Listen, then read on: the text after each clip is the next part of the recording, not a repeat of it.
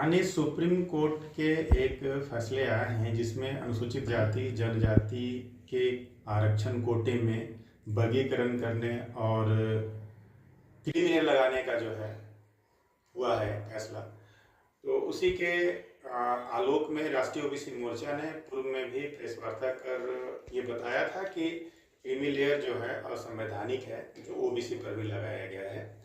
हम इस फैसले से जो है संतुष्ट नहीं हैं और अभी पूरे देश में अनुसूचित जाति जनजाति अर्थात दलित वर्ग के द्वारा देश 21 तारीख को बंदी करने का ऐलान किया है। तो झारखंड में राष्ट्रीय ओबीसी मोर्चा 21 अगस्त की बंदी का पुरजोर समर्थन करता है। इसके लिए वो सड़कों पर भी उतरेंगे।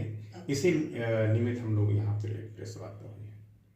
नहीं है क्यों आ रही है? ऐसा इसलिए कि ये जो अनुसूचित जाति जनजाति का जो आरक्षण का आधार है वो आधार है अछूतपन, सामाजिक और शैक्षिक रूप से पिछड़ेपन का। और उस आधार पर अगर आप देखें तो ये भेदभाव अभी भी अनुसूचित जातियों के बीच में है। मुख्यमंत्री अखिलेश यादव जी जो पूर्व हो गए हैं, उनका जब घर से सीएम आवास से निकलते हैं तो उनके आवास को गंगा जल और पानी से, ये गोमूत्र से धुलवाया जाता है। जीतन राम मांझी जाते हैं और मंदिर में तो उनको भी वो धुलवाया जाता है। और कई ऐसा जो है घटनाएं हैं। मतलब अभी भी समाज में समता, स्वतंत्रता, बंधुत्व कायम नहीं हुआ है। तो जब तक ये कायम नहीं हो जाता है तब तक वो उनको और भी रोकने का काम हो रहा है। क्योंकि दूसरा बात है कि आप कैटेगरी जो करेंगे तो वो बैकलॉग हो जाएगा।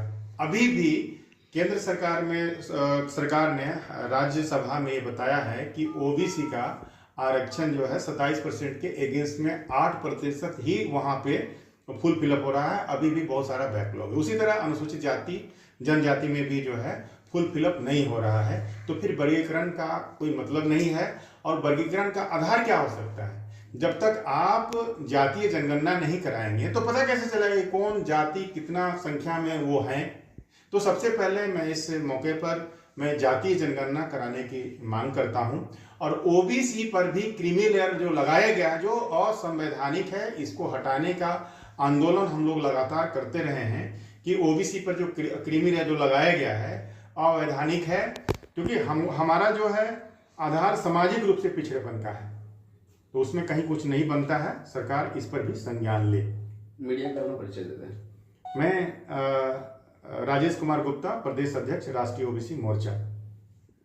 और माननीय प्रधानमंत्री से हमारी मांग है कि एक अध्यादेश के माध्यम से आप जो है अनुसूचित जाति जनजाति का जो वर्गीकरण है उस पर भी रोक लगाते हुए, आपने क्रीमी लेयर को पर लागू नहीं होगा इस बात का आपने बताया था।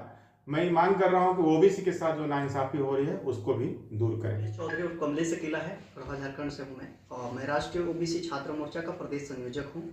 और मैंने जो 1 अगस्त का एक रिपोर्ट देखा पेपर के माध्यम से कि माननीय सर्वोच्च न्यायालय के द्वारा फैसला दिया गया है कि ओबीसी और एससी और एसटी के रिजर्वेशन में वर्गीकरण किया गया है, डिवाइड किया गया है।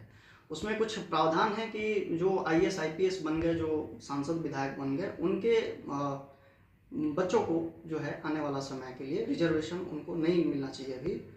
और ऐसा कुछ प्रावधान किया कि जो सक्सेस हो गए हैं और गरीबी रेखा से ऊपर उठ गए हैं तो उनको रिजर्वेशन का लाभ नहीं दिया जाएगा। इस तरह का जो क्रीमी लेयर है ओबीसी में भी लगाया गया है। तो हम लोग तो शुरू से मांग करते आ रहे हैं कि जो हमारा ओबीसी का 27% रिजर्वेशन था, पहले उस कोटा को पूरा किया जाए। एससी एसटी का जो कोटा है 15% और 7.5% जो भी वो पूरा किया जाए। वो कोटा हमारा पूरा हुआ ही नहीं है। और एक तरफ जातीय जनगणना रोका हुआ है 12-13 साल से। तो ये केंद्र सरकार का काम है कि जातीय जनगणना करा करके सामाजिक, आर्थिक, राजनीतिक जो भी सर्वे करा करके और रिजर्वेशन का कार्य करना चाहिए था। लेकिन माननीय सर्वोच्च न्यायालय के द्वारा ही एक गलत फैसला ले लिया गया है। और गलत फैसला यह है कि जो वर्गीकरण का फैसला है ये पूरी तरह से गलत है और देश में इसके खिलाफ जो है आक्रोश है। और 21 अगस्त को भारत बंद, संपूर्ण भारत बंद का ऐलान किया गया है और इसका समर्थन राष्ट्रीय ओबीसी मोर्चा भी करती है। क्योंकि माननीय सर्वोच्च न्यायालय ने पिछले कार्यकाल में, पिछले सरकार के कार्यकाल में जो 10% EWS रिजर्वेशन पास हुआ था, उसमें भी ना लोकसभा में पास हुआ था ना राज्यसभा में पास हुआ था, और वो जो है आर्थिक आधार पर रिजर्वेशन दिया गया है। जबकि बाबा साहब अम्बेडकर के संविधान में जो लिखा गया है वो आर्थिक आधार पर रिजर्वेशन नहीं है। वो रिजर्वेशन क्या है? सामाजिक रूप से जो पिछड़ा हुआ है, जो शैक्षणिक रूप से पिछड़ा हुआ है, जो राजनीतिक रूप से पिछड़ा हुआ है, उस आधार पर रिजर्वेशन बाबा साहब अम्बेडकर ने दिया है। और अगर आर्थिक आधार पर रिजर्वेशन देना रहता तो ये केंद्र सरकार का मामला है। केंद्र सरकार फ्री में राशन दे रही है, फ्री में पेंशन दे रही है, फ्री में स्वास्थ्य सुविधा दे रही है, फ्री में शिक्षा दे रही है। लेकिन कुछ राजनीतिक गड़बड़ी की वजह से भी कुछ जो है बहुत ज़्यादा गलत हो रहा है, जिसमें हमने देखा कि एजुकेशन पर टैक्स लगा दी गवर्नमेंट ने। गवर्नमेंट को ये चीज़ फिलहाल सोचना चाहिए था, भारत सरकार को, कि एजुकेशन पर टैक्स लगाने से पहले हम जातीय सर्वेक्षण करा ले, जातीय सर्वे करा के पता कर ले कि इकोनॉमिकली और शैक्षणिक रूप से, सामाजिक रूप से, राजनीतिक रूप से जो वर्ग पिछड़ा हुआ है, हमें उस आधार पर आगे का कदम बढ़ाना चाहिए था। लेकिन माननीय सर्वोच्च न्यायालय के द्वारा जो हम देख रहे हैं, तो वहाँ देख रहे हैं कि आर्टिकल 340 का वायलेशन हो रहा है, आर्टिकल 341 का वायलेशन हो रहा है, आर्टिकल 342 क्लोज 2 का वायलेशन हो रहा है, आर्टिकल 14 का, आर्टिकल 16 क्लोज 4 का वायलेशन हो रहा है। ये माननीय सर्वोच्च न्यायालय के द्वारा किया जा रहा है। और हम तो यहाँ तक देखते हैं कि सर्वोच्च न्यायालय में SC ST OBC के जज भी नहीं है औसत कोटा में।